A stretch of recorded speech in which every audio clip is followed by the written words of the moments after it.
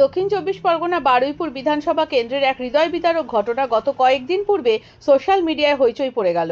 আর সেই ঘটনার পুঙ্খানুপুঙ্খ তদন্ত করতে চলে আসলো গ্লোব আইটিভির সাংবাদিকরা, যেখানে শাসক দলের বিমান বন্দ্যোপাধ্যায় বিধায়ক রাজ্যের বিধানসভার স্পিকার 3 দিন অতিবাহিত হওয়ার পরেও পরিবারের সঙ্গে সাক্ষাৎ করেনি বিধায়ক তথা সাংসদ। ঘটনাটা কি ঘটেছিল তাদের মুখ থেকেই শুনে নেব। বিকেলবেলা কি করেছিল, ও হচ্ছে ছাড় দিতে যায়, বলে ছাড়ের প্রচুর ব্যবসা থাকে, ও প্রচুর ছাড় নিয়ে গিয়ে দিতে গিয়েছিল, যে গাড়ি করে যায় গিয়েছিল, ওকে গেলে ওরা ফলো রেখেছিল, সেই দোকান থেকে ওকে ধরে এনেছে। মানে ওরা একটা প্রিপ্রেগান ছিল ওদের, একটা যে মারতেই হবে এদের এরকম কেন, ওরা যখন এসেছিল দোকানে তখনই কিন্তু গন্ডগোল পাকাবার চেষ্টা করেছিল, প্রচুর লোকজন ছিল বলে করতে পারেনি, সেই বলতে পারবো না, তবে ওদের যে ভাষা ছিল তো সেরকম মনে হচ্ছে। ওরা কি মানে করেছে ভাষা মানে যখন এই ঘটনা আমাকে তখন ওকে গলার উপরে পাতুলে দিয়ে বললো, হ্যাঁ। আমার লেবারকে গলার উপরে পাতুলে দিয়ে বললো যে তোর মালিককে ডাক। আমি যেটা শুনলাম যে ও তখন বলছে যে ফরজ তুই একটা অর্ডার নিবি, তাই বলছি না আমি অত দূরে যাবো না, আমি অর্ডার নিতে পারবো না বলে ফোন কেটে দিই। ফের আবার ফোন করে যে অর্ডার নিবি, তাই বলছি না অর্ডার নেবো না। ফের ফোন করে, আমি জন্য বলছি মনে হয় বলছে খুব বৃদ্ধ লোক এখানে আসতে পারবে না, এখানে এরা খুব ভালো, পার্টি খুব ভালো, তুই একটু আয় না। ঠিক আছে, আমি বললাম হ্যাঁ ঠিক আছে যাচ্ছি, জুলপিয়ার মোড় পর্যন্ত আসতে বলে আমি ওখানে যাচ্ছি, আমি তখন শ্বশুরবাড়ির দিকে ছিলাম ওইদিকে। আর ঠিক আছে আমি যাচ্ছি, গিয়ে আমি কথা বলছি। এবার বললে ও তখন এসেছি, জুলপিয়ার মোড়ে গেলাম, দুজন মিলে আমাকে কালেকশন করে নিয়ে গেল, ভিতরে 4 জন থেকে 6 জন আর বেরোতে দিচ্ছে না। কোন জায়গায়? এই কালী মন্দিরের পাশ থেকে নিয়ে যাচ্ছে, নিয়ে গিয়ে ওখানে গাড়ি রাখার আগে গাড়ি ফেলে দিয়ে আমাকে ভিতরক মারা শুরু করে দিল কোনো কথা বলার আগে।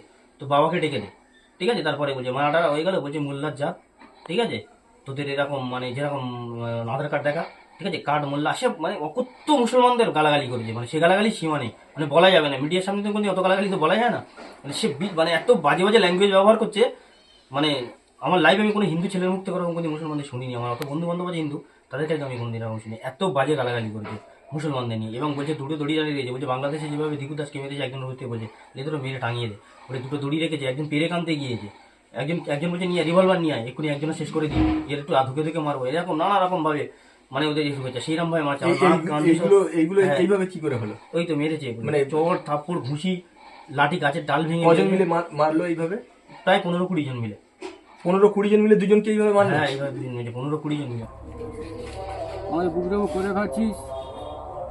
আচ্ছা, আপনি জ্ঞান ফেরার পরে ওরা নাকি বলছে আপনি পানি চেয়েছেন, গালি থুদি মদ খাচ্ছিল, মদের থুদি না গালে ওদের যেতেছিল, গালে থুতু দিচ্ছে। হ্যাঁ ওই যে মদ খাচ্ছিল, তো মদ খেয়ে তো আমার তো মেরেছিল, মদ খাচ্ছিল লাল ফোন গালে ওদের বেরিয়েছে। আচ্ছা, এটা কি মেনে নেওয়া যায়? মারতে মারতে বেহুশ হওয়া মানুষ জলের জন্য করছে আর্তনাদ, তাকে দেয়া হচ্ছে মদ, গালে ঢেলে দেওয়া হচ্ছে, থুতু ফেলা হচ্ছে, এ কেমন অমানবিকতা? প্রশ্ন রয়ে গেল আপনাদের মাঝে। বারুইপুর খোদার বাজারের মতো জায়গা, যেখানে হিন্দু মুসলিম একটা সম্প্রীতির বার্তা নিয়ে দুর্গাপুজো থেকে ঈদ উৎসব পালন করে সকলে মিলে, আর সেখানেই হিন্দুত্ববাদীদের হাতে দুজন মুসলিম যুবক এইভাবে শারীরিক ও মানসিক নির্যাতনের শিকার। চোখ কান মাথা রক্তাক্ত অবস্থায় রাঙিয়ে আছে, এমনকি যিনি কর্মী ছিলেন তার বুকের যন্ত্রণা দিনের পর দিন বাড়ছে। এই ভয়ানক অমানবিকতার কি কোনো বিচার হবে না? প্রশ্ন সমাজের কাছে। তাদের মুখে শোনা যাচ্ছে আমি চোখে দেখতে পারছি না, কানেও পর্দা ফেটে গেছে। তার পাশাপাশি ধর্মীয় নিপীড়নের শিকার হতে হলো। ঘটনাটা ঠিক কি ঘটেছিল? খোদার বাজারে ফরজ আলী পিয়াদা খাসি দোকানে এসে নেপালগঞ্জ এলাকার কিছু উগ্র হিন্দুত্ববাদী তারা খাসির মাংসের অর্ডার দেয়, আর সেই মাংস নিতে এসে বচসা। আর তার কিছু পরে জুলপিয়া গ্রামে দোকানের কর্মী আকাশ আলী পিয়াদা মাংসের ছাট নিয়ে বিক্রি করতে যান, আর সেখানে আটক করে রাখে। তারপর ফরজ আলী পিয়াদাকে আরেকটু অন্যভাবে অর্ডারের নাম করে ডাক দেয়, আর দুজনকে পেয়ে 15 থেকে 20 জন উগ্র হিন্দুত্ববাদী লোকেরা তাদের উপরে অমানবিক অত্যাচার, যা ভাষায় প্রকাশ করার মতো নয়, তা চালায়। বিকেল 4:30 রবিবার কয়লার মোড়ে গিয়েছিল, কয়লার মোড়ে। হ্যাঁ, ওখান থেকে তাও 5-10-15 আমরা ওখানে তুলে নিয়ে গেছি, ওদের লোক ওই দোকানে বসেছিল, কয়লার মোড়ে বসেছিল, এবার ওখান থেকে তুলে নিয়ে আমার মারতে মারতে ওদের এরিয়ায় নিয়ে চলে গেছে। এরিয়াটা ওখান থেকে 5টা থেকে 10 মিনিট ওখানে মারা ধরেছি আমরা, 5টা-10 মিনিট থেকে মারা ধরেছি, আর না সন্ধ্যাবেলা। হ্যাঁ সন্ধ্যাবেলা 5টা থেকে, হ্যাঁ ওই 1.5 ঘন্টা 2 ঘন্টা আমার মেরেছে আমার, সে লাঠি মারা হয়ে লাঠি মারতে মারছে, তার গলা করে পাতলে রে আমার কাকা ছেলেরা আমি ডাকলাম, ডাকার পর আমার তখন করে দিয়েছে, ওকে মারা ধরেছে। ওনাকে পরে আপনি প্রথম গিয়েছিলেন তাই? আমি প্রথম গিয়েছি। কেন, কোনো আপনার সঙ্গে শত্রুতা ছিল ওদের? ওই দোকানে অর্ডার ছিল, ঝামেলা হয়েছিল, ওই রাতটা আপনার উপরে করলো? হ্যাঁ। আচ্ছা, ওরা শুনলাম যে আপনি অজ্ঞান হয়ে পড়ে গিয়েছিলেন, তারপর কি করেছে? তারপরে আমার জ্ঞান লোক কোন আমার কেমনে খেয়ে নিয়েছিল, সে না বলে ফের মারছে, আবার জ্ঞান ফিরলে আবার মারছে? হ্যাঁ। তো আর কানের কানে শুনতে এছাড়া শরীরে কোনো জায়গায় হ্যাঁ বাঁকানের পর্দা ফেটে গিয়েছে। পর্দা ফেটে গেছে? হ্যাঁ পর্দা ফেটে গিয়েছে। আর শরীরে কোনো জায়গায়? শরীরে মানে পেটে বুকে মেরেছে, এগুলো আঘাত আছে হালকা এগুলোতে, এই হাতে এগুলো ফুলে আছে এই জায়গাটাতে, কান সব মুখ মুখ ফুকতে এখনো আর খোলা রয়েছে, আপনার 5 দিন হয়ে গেছে ঘটনা। আপনার লেবার যিনি ছিলেন তার কি অবস্থা?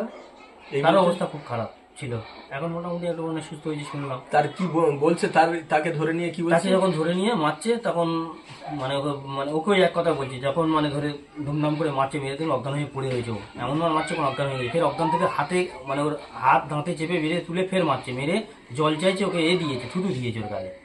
হ্যাঁ, থুতু দিয়েছে ওর গালে, মানে যখন ও জলের জল বদলে, চাইছে? হ্যাঁ জল চাইছিল ওর গালে থুতু দিয়ে, উদাসকে যেভাবে মেরেছে এইভাবে মারবো, ঠিক আছে, নানা রকম ভাবে এরকম করছে, শুধু মুসলমানদের গালাগালি, আর কোনো নেই, ওদের মুখে অন্য কোনো ভাষা ছিল না। মানে এটা কি বলা যেতে পারে শুধু মুসলিম হওয়ার জন্য কি? অবশ্যই যদি ওদের কমিউনিটি কেউ হতে হয় তাহলে তাদের এইভাবে করতো না, তারা নিশ্চিত তারা ছেড়ে দিত, তাদের কিছু না বলে।